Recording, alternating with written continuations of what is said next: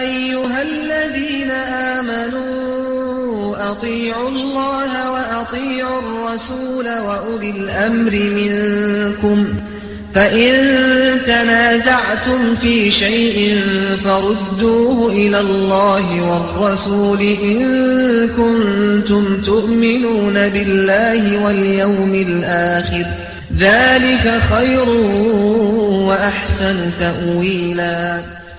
Assalamu alaikum wa rahmatullahi wa barakatuhu. I welcome you to another episode of Islam Q&A. It gives me great pleasure to be here once again. And inshallah ta'ala, we will answer your questions live on the air. Before we take any callers, I just want to talk a few minutes about this episode, this program that most of you inshallah are aware of, that will appear tomorrow on one of the local television stations, Channel 4, called Dispatchers. And in this program, what they have done is that they have secretly videotaped some of our own brothers and sisters, some of the scholars and du'at and students of knowledge. They have secretly videotaped certain lectures that they gave and cut and pasted certain things that they said in order to make them appear in a very negative and a very evil light.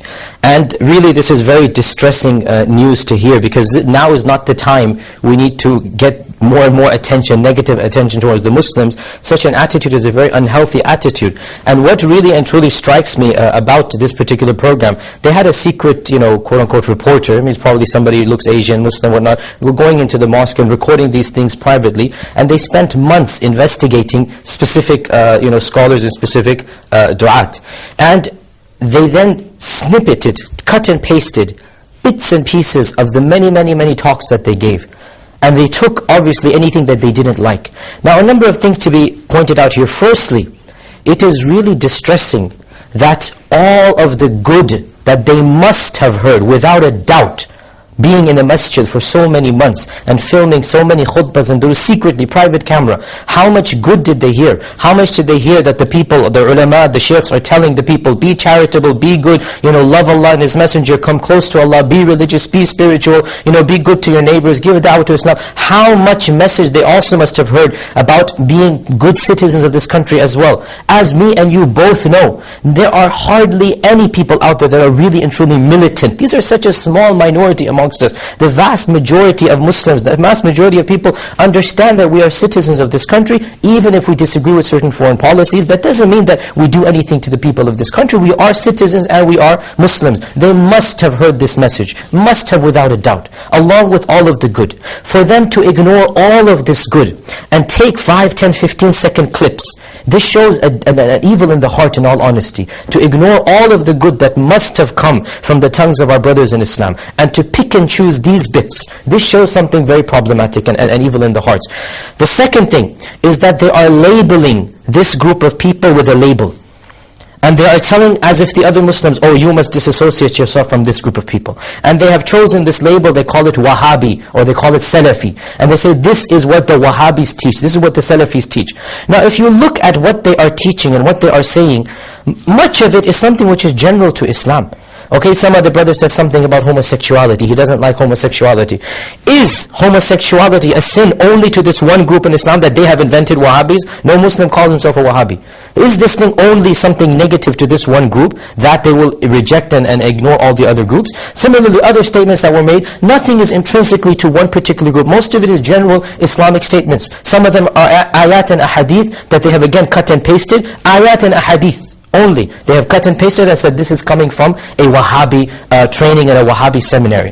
SubhanAllah, brothers and sisters, look beyond the stereotype. Look beyond what exactly is being planned. What is being planned is to cut and break the Muslim community. No doubt we are different groups. No doubt there are various splintered groups amongst us. But to discuss the differences of these groups, there is a time and place amongst the Muslims. We don't need to get the non-Muslims involved in this dirty baggage between this group and that group. This is a problem that we are facing as a Muslim. No doubt there are groups out there. No doubt we differ on theology and issues. Inshallah, in contrast to the non-Muslims, we are one ummah, we are Muslims. Amongst ourselves, we can discuss and fine-tune in detail, no problem. But to take one group and label it label it with an invented label. This label of Wahhabi is an invented label. And then say, oh, this is all coming from this group. What do you think they're trying to do? They're trying to divide and conquer. They're trying to cut and break the ummah and say, okay, this is one group called the Wahhabis. What happens? Those who don't like this label, don't call themselves this label, nobody does. But I'm saying the groups that don't even like, for example, the theology of this group, they will say, okay, this anger is directed toward these Wahhabis. That's fine, let them do that. I'm not going to support my fellow Muslims in Islam.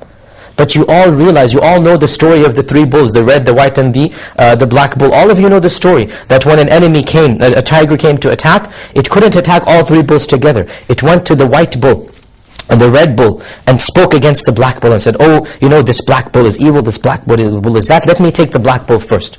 And you guys, I won't harm you guys. So it took the black bull and killed it individually, and the other two watched. And then it came to the red bull, and it told the red bull, you know, black and white were the two evil colors. Let me just take the white one and I'll leave you alone. And so it then took the white bull, and the red bull was left standing by itself. Now that it had taken both of these and only the red was left, what do you think happened? Obviously it went to kill the red bull, and the red bull said, there is no point defending myself. I died the day I didn't defend the black bull. I should have defended the black bull initially. There is no point now defending myself, and it too ended up dying. So this is a tactic that is being used. Look at, as I said, the evil intentions of ignoring all the good and concentrating on the evil. And now look, taking general things in Islam. We believe homosexuality is a sin. It is a crime against Allah subhanahu wa ta'ala. Are we going to do something against homosexuals? No, we're not. This is not our country or our land. But we're allowed to speak against it, are we not?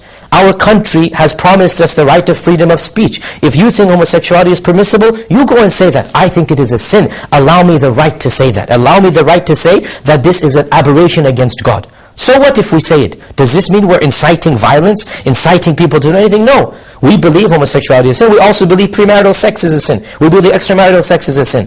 What is the problem in saying this, that they have to pinpoint? And subhanallah, the issue of homosexuality, is this something even only Islam says is a sin? Every single Orthodox Christian and Orthodox Jew believes the same thing. Are they spreading hatred and violence and terror? Look at the double standards. Look through the hype, and don't be taken in by this. All that they have mentioned against these particular brothers in Islam, perhaps some of it was said in an unwise manner. Perhaps it was a bit harsh. But none of these brothers, we know them individually, none of these brothers is calling to violence. None of them is inciting a Muslim to lift a finger against a non-Muslim or a Muslim. None of them is doing it. So to take these brothers and put them in a militant or evil light, and knowing the hype that is around Islam, this is a very, very unwise move. And we as Muslims need to do something about it. Obviously in a wise manner as well. So what I encourage all of you to do, all of you, don't just sit there and do nothing. What I encourage all of you to do is, in the strongest but firm and polite terms, write letters and call up this particular channel, channel 4. You can get the number from the internet, from the web. I'm sure there's a mass email being circulated that has the numbers. Write and call. Do both of them.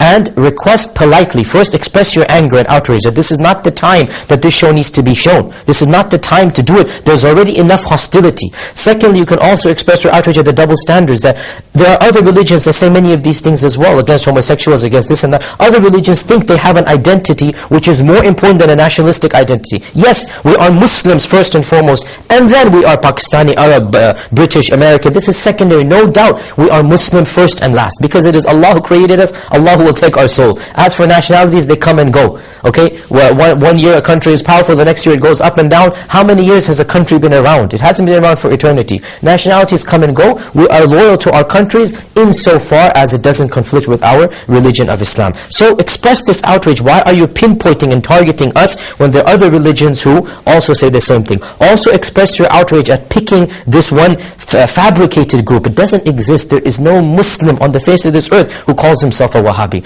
And then taking commands and tenets that are general to all Muslims. All Muslims believe in what these brothers said. It's not just this particular group. And then saying, oh, this is Wahhabi. You know what's going to happen? What their tactic is that somebody reads this and he goes, you know, I don't want to be associated with this group. Let me say homosexuality is allowed in Islam. This is the net result, is that they want you to disassociate from a concept that is Islamic by inventing a name that has nothing to do with Islam, this name of Wahhabism.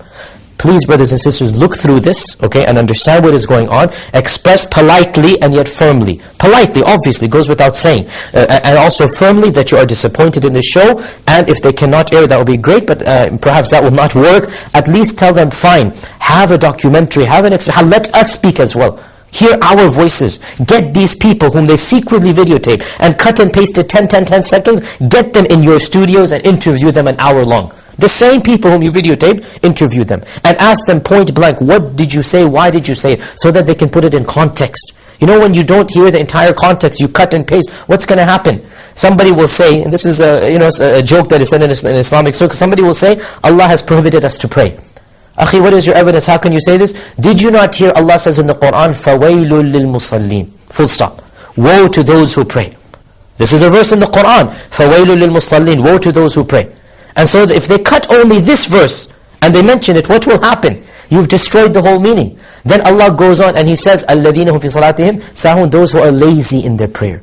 Not all people who pray, only one category amongst them. So my dear brothers and sisters, what they've done, as I said, they've taken these snippets, cut and paste of these brothers, our friends in Islam, and they are portraying them in a negative and a bad light. I ask and I urge all of you to take a stand, unite up. We all know, brothers and sisters, we all know that when they speak out against other religions, when they speak out against specific countries, we all know that the people who believe in those religions and in those countries, they gather together, all of them, and they unite in their condemnation of any show that might be against Israel, might be against the apartheid available in Israel and the evil that is done to our Palestinian brothers and sisters. It is hardly possible for a documentary to be shown, showing this dhulm and injustice done upon the Palestinians. And if it is done, if they do such a documentary, how many are the calls and how many are, what happens in terms of emails and letters? Why can't we do something similar? This is a tactic that they are using. We need to show we are united. Ignore all labels. We are all Muslims right now. In this particular time and place, for this situation, we need to ignore all labels. No doubt, in certain times and places, we need to discuss the inter-theological differences, but not now and not in this time and place. So the beginning message, and I apologize for making this so long, but I felt very strongly about this, that it is our duty as Muslims to stand behind the people whom we know are not the way they're portraying them to be. Stand behind our brothers and sisters in Islam. Take a stand, be united, and tell them that you have misquoted, and you let them at least come on air and correct these things, or put it in a proper perspective. Sometimes, brothers and sisters, I myself, I'm standing in a lecture audience, there are hundreds of people in front of me, I'm not conscious of every word that I say. I'm not thinking of the repercussions, the ramifications of every specific sentence. And I say something that later on I think, subhanAllah, I shouldn't have phrased it that way.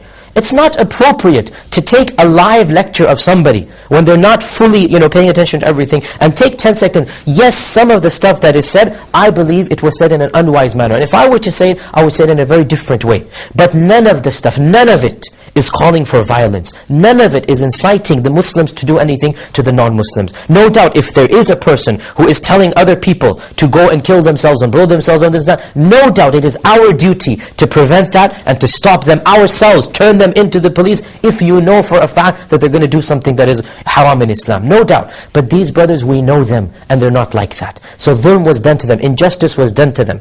And the same stereotypes, the same media frenzy of feeding Islam to the people so that they're taking it in more and more is occurring. It is our job as Muslims to stand together, to unite, and take a firm stand against what is happening. I urge every one of you, inshallah, if you have access to this media, this mass letter that the Muslims have circulated, alhamdulillah. If not, log on to the internet, find out the telephone numbers and the physical address and the email address of this channel 4, and write letters firmly and politely. Write them from your heart. Don't take a standard letter. Write it, express what you feel. And inshallah ta'ala, with all of this, hopefully at least, the least that you can do, and request action, the least you can do, get these people on, live TV even, and interview them point blank, so that they can explain themselves and clarify in a better way, in a better meaning and message, what exactly was done.